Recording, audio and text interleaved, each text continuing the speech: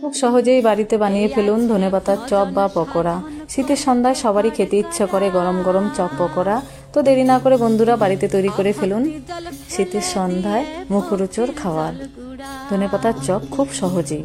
চলো দেখা যাক আমি ধনেপাতার পকোড়া বা চপগুলো কিভাবে তৈরি করলাম। প্রথমে আমি এখানে ধনেপাতাগুলোকে সুন্দর করে কেটে ধুয়ে বেছে নিয়েছি।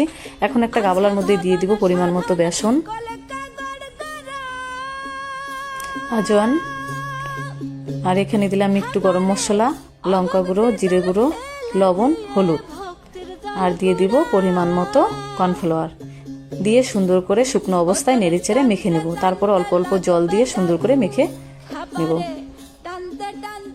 দেখো মাখানো হয়ে গেছে। এখন উপর থেকে দিয়ে দিলাম একটু কালো জিরে দিয়ে আবার পরিমাণ মতো জল দিয়ে সুন্দর করে মেখে ঢেকে রেখে দিলাম। এখন উনুনটা জ্বালিয়ে নেব।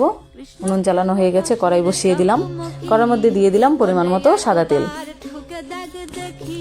সাদা তেল দিয়ে ঢাকনা খুলে দেখো কত সুন্দর হয়েছে। আবার নেড়েচেড়ে মেখে এখন ধনেপাতাগুলোকে গোড়া ধরে চুবিয়ে বেসনের মধ্যে চুবিয়ে তেলের মধ্যে ছেড়ে দিলেই রেডি ধনেপাতা চপ।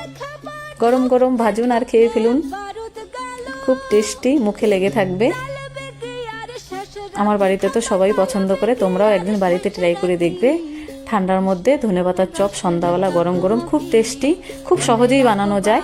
যে রান্না করতে পারে না সেও চেষ্টা করলে বানিয়ে ফেলতে পারবে এই ধনেপাতার চপ, একদম বড় বড় করে। ভিডিওটা দেখার জন্য অনেক অনেক ধন্যবাদ। ভালো লাগলে লাইক, কমেন্ট, শেয়ার করে দিবে।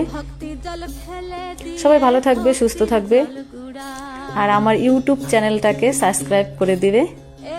সবাইকে অনেক অনেক ধন্যবাদ।